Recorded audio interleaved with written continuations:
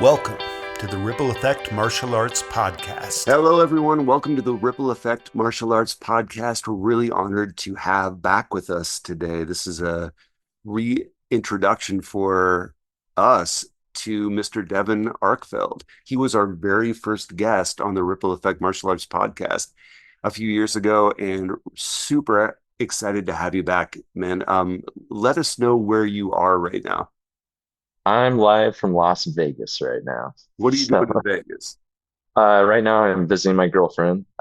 She's actually a fire dancer performer, which is cool, and we're both going to go to a fire spinning festival in Oregon. All that, honestly, is something that I wouldn't have gotten into without martial arts, which is crazy. Tell Yeah. us a little bit about how you got into martial arts. You were real young, right? Mhm. Yeah. So, yeah, I was young. I was 8 years old around that time, and honestly, like I think I always just had a tendency towards that sort of thing. A little bit of the boys kind of love that sort of thing, being a ninja. But one thing that really kind of pushed me along that path was my older sister. She used to terrorize me a bit, and it was all good sibling fun in the end, whatnot. But sometimes I felt like I needed something to give me a little more confidence and something to stand up with. My dad picked me up from school one time and I saw a flyer. I saw that and she was all in my mind at that moment. I was like, Dad, I want to learn to beat people up. And now I love that when I teach, I preach to kids that that's the last thing you want to do. Yeah, I would not have traded that decision for anything. I think it's the best decision I made in my life was at 8 years old. So you've really seen it from both ends. You've been the kid on the side of getting bullied and wanting to stand up for yourself, and also seeing kids who are dealing with that too. How does that experience help you help kids who are in your position? Well, that's an interesting one. We'll usually first iterate to them, and especially the boys, because it was the tendency that I had when I first joined. I would sit them down, especially in like my intro classes, and say, like, I want you to guess how many fights Master Arkfeld has been in. Karate Master does this, all this, like, he must have been in so many fights. He did a lot of high school sports too. And then some of the kids guess and I'll be like, oh, he's been in like 10, 100, or, things like that. And I'll tell them, no, zero. And then you can see on the boys' face, their face like destroyed. They're like, oh, that's kind of lame. But then you iterate to them that no, you win every fight that you don't let happen, every fight that you escape. Every time you go home and see the people you love, you really kind of won. Use your martial arts in your right way, not letting it go further, not having to pull them out. It should always be your secret. If you need to do something to get out, keep as few moves as possible and get going. There's nothing wrong with running. I think that's like the mindset. That's what I've been mainly focused on is like knowing the when and how. We say in our student creeds, like I want to fight to protect my life. I forgot if ripple effects is along those lines on number two again too. Yeah, we do. That's the first student creed. Yeah, yeah, exactly. That's it's the most important one too because you guys are basically kind of becoming superheroes. You're learning the superpower of something that can hurt and harm people, but there's a reason you're doing it too. And hopefully that reason stays a hobby for the rest of your life and never something you actually need. I think our schools come from the tradition, both come from the tradition of Yes. Grandmaster Junery, right? And that was always his famous commercial with his kids in it that the kids say, "Nobody bothers me. Nobody bothers me." And that's a real different phrase from "I'm going to defeat you in battle" or something like that, but the sentiment is really strong and confident. Absolutely. So there's subtlety in the martial arts, but there's flash and excitement too. And what you've been doing with nunchucks in demonstrations and competition lately really highlight that. Talk a little bit about that. How did you get into competitions? Yeah. And So at first, well, I'll just give some details, just getting the competition part. Yeah, I was just really playing around with chucks at one point. It became more of a hobby than just training on the floor. And really just trying to work on figuring out new moves, looking at old videos. And there's this whole category of checking called freestyle. And it's not about looking martial artsy. It's not about kind of the XMA sort of stuff that you see either, but it's about just straight up tricks, technical manipulation of the tool. And then, I started to like find Facebook communities and things like that. And then they started posting tournaments. There's one that's been running probably since mid 90s when I was born even, which was called the Freestyle Forum. And so it's like the only site dedicated to nunchucks way back then used to hold like yearly competitions. So just put all the clips you have together, put them out there.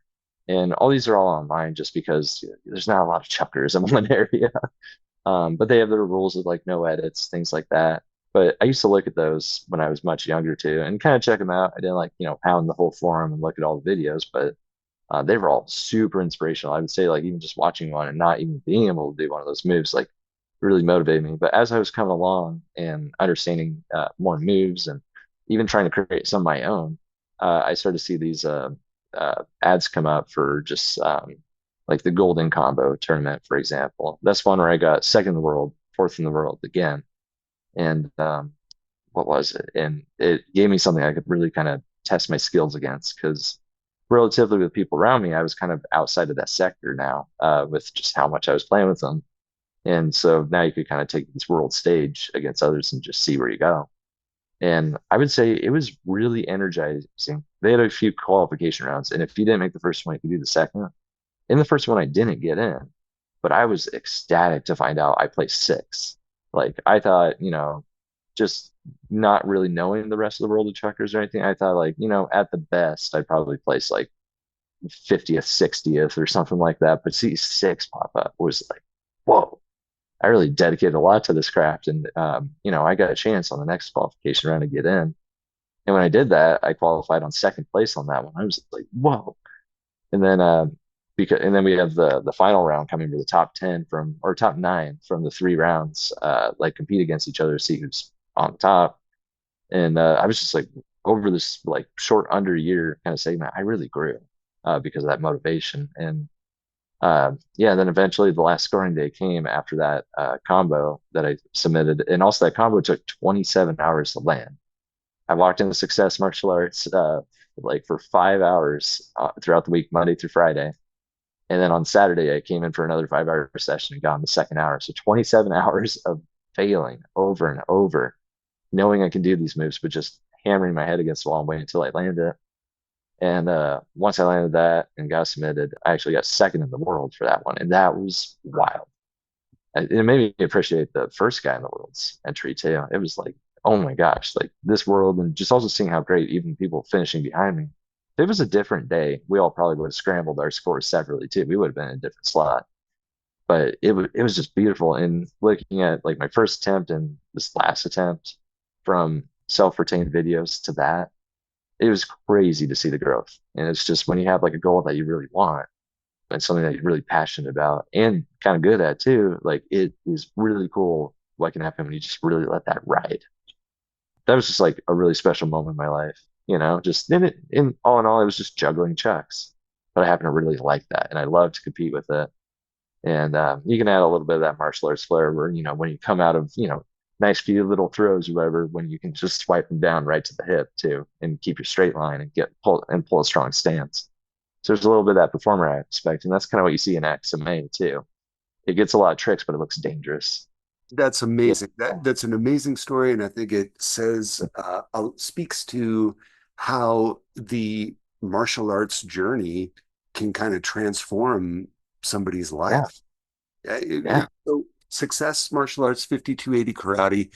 For those who aren't familiar, we're talking about schools that have been operating in and around the Denver, Colorado area for many years, if not decades, and I remember some of the intramural tournaments from back in the day and seeing these competitions and see I started martial arts really late in my life and I was a newbie white belt, gold belt, orange belt when there were much younger people who have had amazing experience in competitions and I learned so much from them. But what you said about going in and thinking, well, maybe I'm kind of new at this. I'm not as experienced. Maybe I'll get 50 or 60th, getting sixth, getting second. It's astounding. And I think for a lot of students, they go, well, I don't know if I want to compete in sparring or in forums. I don't have as much experience. But then until you get in that ring and really test yourself, you don't know what might happen. Yeah. You got to take the plunge. It's a little crazy sometimes. And sometimes you don't like it when you head in. For me, I, with another school I train at is Bennett's Karate. I joined a karate tournament. So our tournaments that we've done are taekwondo based, but this one I joined a karate tournament. What was kind of funny was I didn't train any karate yet, like karate. I did train Kobudo, which is weapons martial arts. I did some of my forms competition that, but then my sensei over there asked me to spar, and it's a fully different kind of scenario than what we're familiar with. So it was like unpadded, and it's like rack up as many points as you can, or even knockdown is a thing too. Wow. And yeah, knockdown, knockout, and it hurts. It absolutely hurts. But like at that moment, because I've done many tournaments for years, but I got into that one and just like first dude, 6.5 foot, heavyweight has my number. And it was like, oh, yeah, I don't want to do this, man. But there was some thrill to it too. And because you were testing yourself, not so much the competition, the tournament, but like you're putting yourself in the crucible and just like seeing like, all right, this is a new scenario, but how am I going to fare with it? That was a wild time, and shins were bleeding the whole way down. My pants, which are white in that martial art, are just red from blocking all his kicks. But it was really cool to walk away from it though, and be like, yeah, I did that. Obviously, I didn't, I wouldn't want to do it again, but I did that, and I felt thrilled that I had the tools, for success on that. Or had I not done so well, I might have been saying that like, man, I can't wait to get to the point where I can handle that a lot better. So it was really cool. And Yeah. that speaks to your journey too. That's something that you sought out, and that tactile kind of experience with martial arts, that's something certainly that it can give. And then on the other hand, I'm sure you've worked with people who have different circumstances. And I remember one student who had a severe head injury, and they were sparring, and the rules were you cannot touch this person. While you're sparring, it's no contact, literally. Mm. And it was really interesting, beneficial for everyone involved to exercise your control over your punches and kicks and moves. Too, sometimes just being in the midst of a tournament environment, it's so noisy, loud, that can be really intimidating. And just that experience, being able to get over that really helps you get on a bus or move through an airport or deal with other scary situations that you wouldn't have been able otherwise to deal with. Um, Absolutely. so going to a festival environment and performing, Yeah. tell us about that. What got you into that? Oh man. So it was martial arts and then nunchucks, and that's how I got into these like fire spinning festivals and stuff. But chucks was just my favorite weapon out of the four or so that we would train. And I would just kind of fool around with them on the side floor before class, maybe a little bit after, even if we weren't working chucks in the class, and kind of took it home a little bit. It was a lot of little practice and here and there, and then eventually kind of got that chuck guy status. And then after getting some more moves locked down, I found out you could get these light up pairs. Whether there was those cheap ones with like the lights at the ends that just reflect through the handle, or now you have like ones with circuit boards inside and then just like pixels going down the edge. And I found that really fun, and then started to find patterns that look pleasing in that. And then I found that you could actually light these things on fire. And that was a bit of a thing. Watch a lot of safety videos about getting a fire spinning. They're also informative. There weren't any like just like baseline, hey, just don't do this and you won't die. It's like every safety video from the fire spinning community is very thorough and good. And I was like, I'm good enough with chucks. I just got to keep them moving. Just used one single pair first and thought I could do it. The one thing they didn't tell you about is the sound, where it's just like roaring at you. Yeah, got into that, and that was such a thrill. A few things happened after like I had been spinning fire. Just like there's a little combination of a breakup, job change, move, changing where I move. And I thought, like I kind of want to get out, experience a little bit more. And what I'm really liking right now is this fire spinning. And so I want to kind of see if in Colorado there's any of those people who seemingly live only on the internet for me, or like the fancy fire spinners. And I went to a little event and immediately stood out because of chucks. Nobody uses them, or a very rare amount do. Or some other fire spinners might have chucks like in the back of their bag, and they're like, yeah, I used those one time. They're kind of crazy, but to see someone who was like very clean because all he'd been practicing was like up to that point just hand rolls and like tip taps behind the back and stuff. It was very solid because I've been like working only on that for so long. But those people were really nice. And it's a good community aspect I like. And I used to always say a lot of them are like proper martial artists because a lot of those people promote a lot of peace and celebrate each other wherever they go. I have not heard anybody in this community talk about like, yeah, that guy's not so good with his thing. And it could be a person who only knows one move and they're really just trying to, get around the fire and like, uh, but nobody focuses on that or like, is really waiting for their turn to go spin instead. Everybody celebrates each other. Like, no, you grab that thing you lit on fire and you try to swing around you. That deserves respect. I don't care how good you are. And then equally, people will go absolutely bonkers for people who are awesome at it too. Anyway, there was just a lot of support from them to go chase those sort of things. And then I heard about these festivals as well. And so, what was cool about those festivals was when I was about to go to one, I asked someone who asked me on my Instagram where I run Nunchuck tutorials and things. She was asking if like I know how to take chucks on a plane. I was like, I really don't, but fast forward, I want to go to this festival. And so I asked her back. I said, like, do you happen to did you ever figure that out? And then she's like, wait, are you going to this festival? I'm like, yeah. And she's like, oh, that's great. And then you can meet this guy too. And it's a guy who was a celebrity of me and Chucky. And it got me so excited and got going. Everybody was very warm there. And at those festivals, it's not just nunchucks, it's all sorts of types of tools that you can light up and spin. Workshops all around, get to develop and get these new kind of feelings and experiences and learn the control of different objects, whether it's like a big staff that you roll on you with spokes on the side, all those spokes are on fire, or rope darts another popular one, or just a simple ball at the end of a string and you're just drawing it really cool. It was an absolutely different mode than a lot of like martial arts seminars. You can just kind of freely go to whatever workshop's going on at the time and pop in. You don't have to be like on time or anything. And people will see you spinning and, they're not waiting for you like to finish your form before they talk to you. They'll come right up and be like, that is crazy. And then the fire circle is a whole different kind of zone. Big kind of, like uh, half soccer field size. Everybody's camped around, just cheering, music going, and then you just, get in line, and, fuel up your prop, and then go out there and then just get wild. And usually you'll do that in front of your friends. And it's just like a party that just goes all night. It's just people being like, "You're spinning fire. That's so cool." And that's just kind of the theme. But yeah, there's never like a due date or expectation for your skills. There's never pressure to be really good. Even at a festival where there's all these people flying in to watch it, like you don't have to be that good. You can drop and it's okay. Everybody knows we're all practicing, training, developing, and working on ourselves, and just trying to look good while doing it. And so because everybody has that baseline understanding, it's just really wholesome. It's less intense than when you're at a martial arts competition, but there's still that desire to really bring out your excellence in front of a lot of people.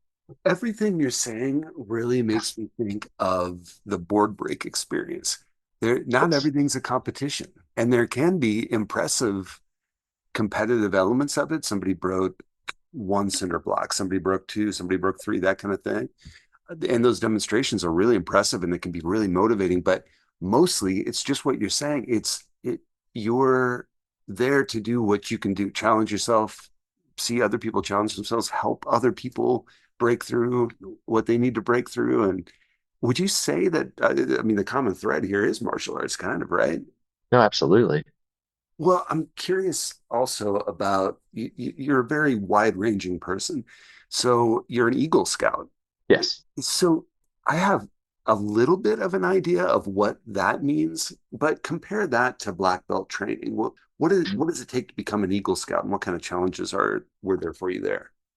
I would say just like in your martial arts, there's a lot of repetition of a few things you do from even just the daily like flag ceremony where you hang them up, where you post them up before the meeting and whatnot. But it's very, like it's done this way, almost kind of that military cadence like martial arts. I would say one thing that they both share is they're both long-term investments, long-term goals that you were driving towards. And it is, for a kid at the time, seemingly so far away, or like, I don't know if I'll get there kind of thing. And what's kind of cool about the Eagle, which reminds me of like black belt degrees, is they have what are called palms, pins that you get by just doing more merit badges and getting more of the skills and becoming more rounded. Kind of like how in martial arts, when you hit prep cycle or when you're in conditional, you have like some specialized sort of things you got to work on there too, like whether it's a traditional form or like these brand new pieces of curriculum over in Boy Scouts. Now you have to develop. I mean, this is crazy for a kid under 18. They have to completely organize and fund, either by crowdfunding or from community, a community service project where, they really put their mark on the community by enriching in some way. Like some in my troop have cleaned out a natural space of foreign plants and other things. Somebody's like put up a windsock at the airport. Mine was there was the first house in Westminster, Colorado, first farmhouse. And it was a museum. They had like behind these bushes a bunch of farm implements like that you drag on a horse that are rusty, thrown over each other, and like a lot of education there that people could see, but it was just kind of hidden behind or within all these bushes. So chop those down, make a stage area. Got a great donation on a ton of just river rock from a landscaping company because that guy was an Eagle Scout. He's like, oh yeah, just take all the rocks you want and get a platform, stage them, get all the rust off, and recoat them so they won't rust again. And then get like informative plaques so people know, what these were used for and this is what life was more like. Therefore, enriching this experience when you go and see like a historic house in your city. And that was a good time too. Black belt students all have a leadership project that is really very similar. You have to raise funds, do projects that bring together different elements of the community and support different causes. And it's amazing when you think about how many hundreds of those that just one school can do over the course of a decade. Hundreds and hundreds of projects in one community that impact and raise awareness and funds and everything. It's astonishing. This is like the tip of the iceberg, I sort of feel like, but I was so happy to get back in touch with you and see a bunch of the videos that you're doing. The one that you just did recently it's on YouTube. I think it was for the Golden Combo submission, and you Yeah. were under a bridge. You could see Yes. how you Oh brought my together gosh. really creatively a lot of the martial arts you studied. You saw the capoeira, you saw Muay Thai with the knees, you saw Taekwondo with the hook kicks. And how do you approach creatively coming up with game-winning combo? Oh man, that combo was mainly born. You probably saw I put the chucks in my teeth, Yeah. and I was mouth chucking them around. That was just from messing with the chuck, some months before that, and I was just I don't know. I just had you do a normal back pass with the chucks, and I just thought like put this in my mouth and wave it over my head, and I was like, yeah, that's a little bit of a silly thing, and then I was like, what if I made it really good? So that combo specifically was inspired mainly by the tea thing that I just tried one day for no reason, in all honesty. But if there was anything I ever wanted to be, and this is for winning a tournament, like you could do it the right way, or you could also do it your way.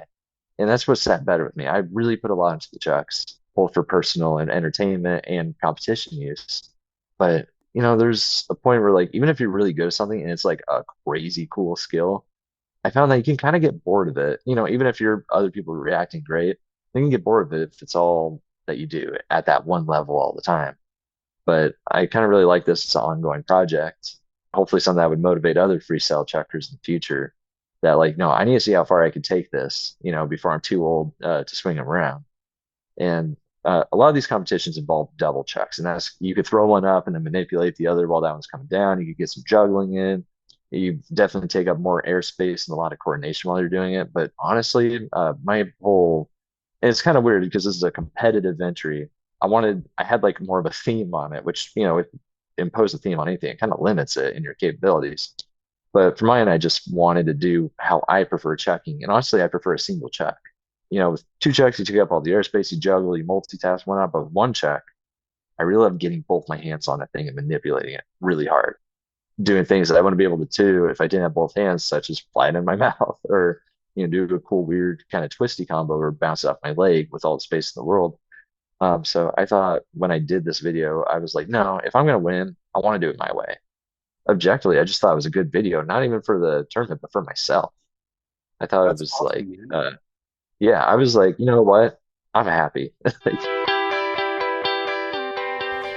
Thank you for listening to the Ripple Effect Martial Arts Podcast.